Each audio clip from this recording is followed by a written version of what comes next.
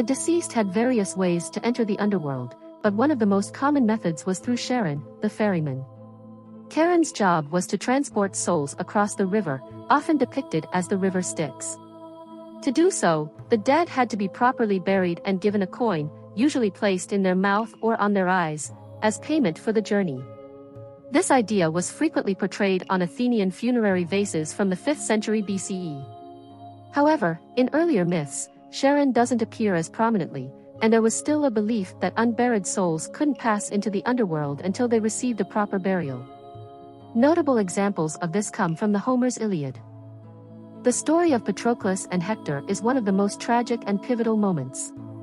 It can be seen as a representation of the soul's journey to the underworld in Greek mythology, symbolizing death, vengeance, and the inevitable fate of all humans. Patroclus was Achilles' closest friend. When he was killed by Hector in battle, his soul began its journey to the underworld, where all souls go after death. According to Greek beliefs, once someone dies, their soul crosses into the realm of Hades, the god of the dead. Patroclus' death sets off a series of events that draw attention to the unavoidable reality of death, for both mortals and heroes alike. After his death, Patroclus' soul appeared to Achilles in a dream, begging for a proper burial so he could rest in peace in the underworld. This reflects the belief that the dead needed rituals to move on to the next phase of their existence. Without them, a soul might be left wandering, unable to find peace. In the same way, Hector's death at the hands of Achilles also signals his journey to the underworld. Both Hector and Patroclus, once noble warriors, ultimately end up in the underworld like everyone else, showcasing that no matter how powerful or important one is in life, death is the great equalizer. This story reflects the Greek concept of the underworld as a place where all souls go, regardless of status, and reminds us of the importance of burial rites and the inevitability of death. It also conveys the emotional and spiritual impact of death and how the living cope with loss. Another guide to the underworld was Hermes, known as Psychopompus, meaning guide of souls, who could also lead the dead to Hades' realm. Tartarus is a deep dark abyss, used as a prison for the wicked and for punishing evil souls after death. In Greek mythology, Tartarus was not only a place but also a powerful being, one of the earliest to exist alongside Chaos and Gaia, the earth, and even before Eros, the god of love. Tartarus, with Gaia, had a monstrous child called Typhon. Some myths also say that Tartarus was born from Ether, the upper sky, and Gaia. While Hades rules the realm of the dead, Tartarus has its own inhabitants. When Cronus, one of the Titans, became king, he locked away the Cyclopes, the giant one-eyed beings, and the 100-armed Hecatonchires in Tartarus. He placed a terrifying monster, Camp, to guard them. Camp had a scorpion-like tail, animal heads around her waist that would bite anyone who came close, and she also used a whip to torture the prisoners. Zeus later killed Camp, freed the giants, and they helped him defeat the Titans. After the Olympian gods won the war against the Titans, Zeus banished Cronus and most of the other Titans to Tartarus, although some like Prometheus and Epimetheus were spared. Even gods could be punished in Tartarus. Apollo once threatened to throw Hermes there, and he himself was almost sent to Tartarus by Zeus for killing a Cyclops. After the Titans were imprisoned, the 100-armed Hecatonchires became their guards. When Zeus defeated Typhon, he also threw him into Tartarus. The Asphodel Meadows, or Asphodel Fields, is a part of the ancient Greek underworld where most ordinary souls go after death. It is one of 3 main areas in the underworld, along with Elysium, where good souls are rewarded, and Tartarus, where evil souls are punished. In Homer's Odyssey, the Asphodel Fields are located near the land of dreams and are described as the place where the spirits of people who have finished their time on earth. The name asphodel comes from a plant called asphodelus, which appears in ancient Greek literature as far back as Homer's Odyssey. Some poets thought the word meant flowery, fragrant, or fertile. However, others believed the Greeks chose the plant because of its dull grayish color, which suited the gloomy atmosphere of the underworld. Another idea is that the name comes from a word meaning field of ashes, which also fits the somber theme of the afterlife. Elysium, also called the Elysian Fields or Elysian Plains, is the ancient Greek idea of the afterlife where the best souls go. At first, only mortals related to the gods or great heroes could enter Elysium, which was separate from the regular underworld, ruled by Hades. To get there, souls had to cross the River Styx. Later, this idea expanded to include anyone chosen by the gods, as well as those who were good or heroic in life. In Elysium, souls would live a happy afterlife, enjoying the same pleasures they had during their lifetime. Homer believed that Elysium, a paradise for the dead, was located in the west at the very edge of the earth, near the river Oceanus, which was thought to flow around the world. This paradise was separated from the underworld of Hades by the Lethe River. The mystery cults of Demeter, Persephone, and Hecate promised their followers that if they lived good, virtuous lives, they would be rewarded after death by becoming immortal, like gods, and could enter this paradise to live in eternal happiness. In some versions, if a soul passed through Elysium 3 times, it would move on to an even better place called the Isle of the Blessed, or Ultimate Paradise. At first, only gods and their favorites could enter Elysium, but later on, it was believed that more people, especially those who lived virtuous lives, could also enjoy the eternal joy of this heavenly realm. When mortals died, they would go to one of 3 places in the afterlife: the Elysian fields if they were virtuous, the Asphodel meadows if they had been both good and bad, and Tartarus if they had been evil. Before entering Elysium, souls would drink from the Lethe River, making them forget all the suffering they experienced on earth. The Isles of the Blessed were seen as a place far removed from earth, located somewhere in the Atlantic Ocean but also part of the afterlife. In earlier Greek beliefs, the underworld was a gloomy, sad place for everyone, but later ideas introduced the possibility of a happier afterlife. People who lived very good lives could go to the Elysian fields, while the truly exceptional would eventually reach the Isles of the Blessed.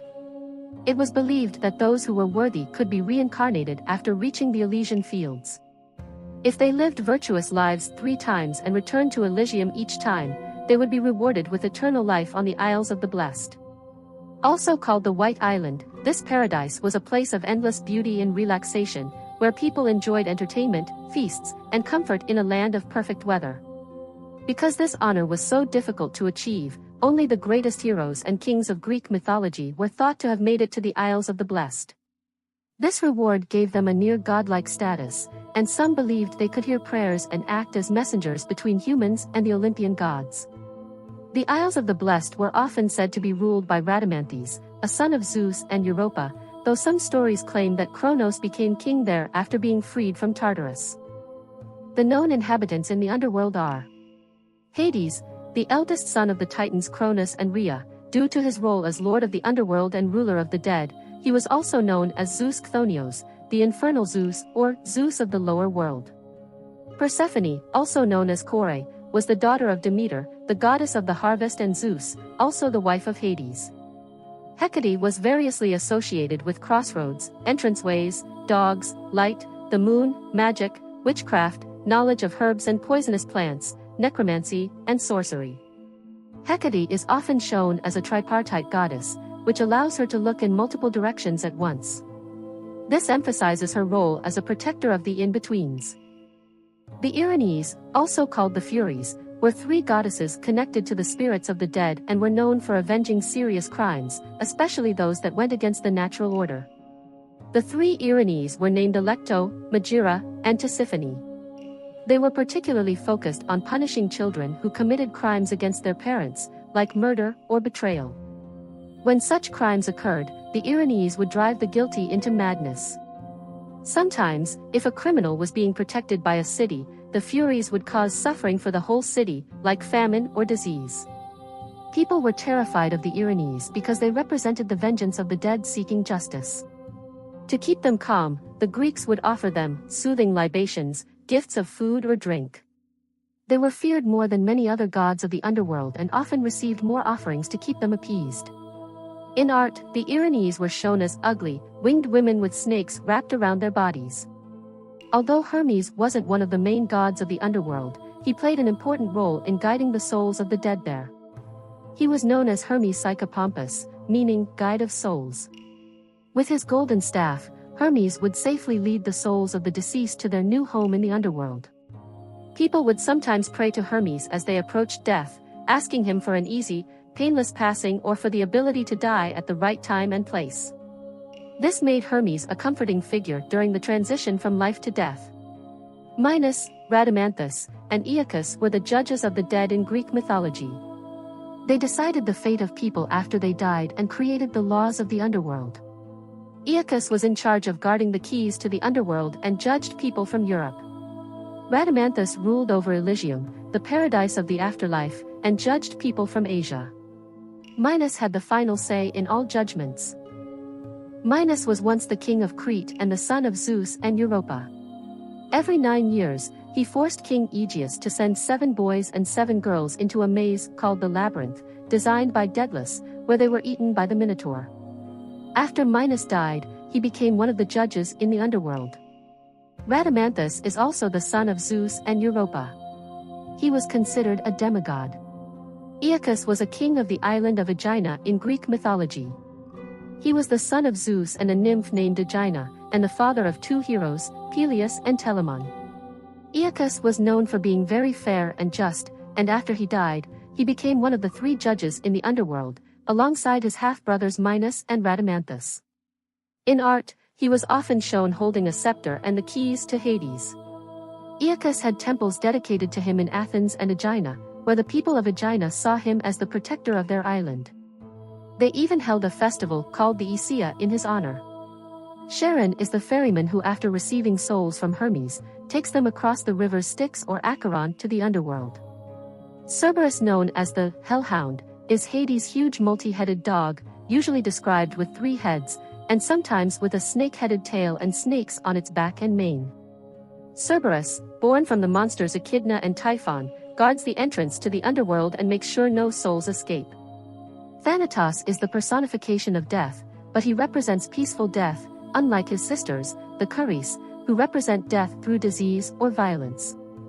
Hypnos, the god of sleep and twin brother of Thanatos, lives in a cave where no sunlight or moonlight can reach.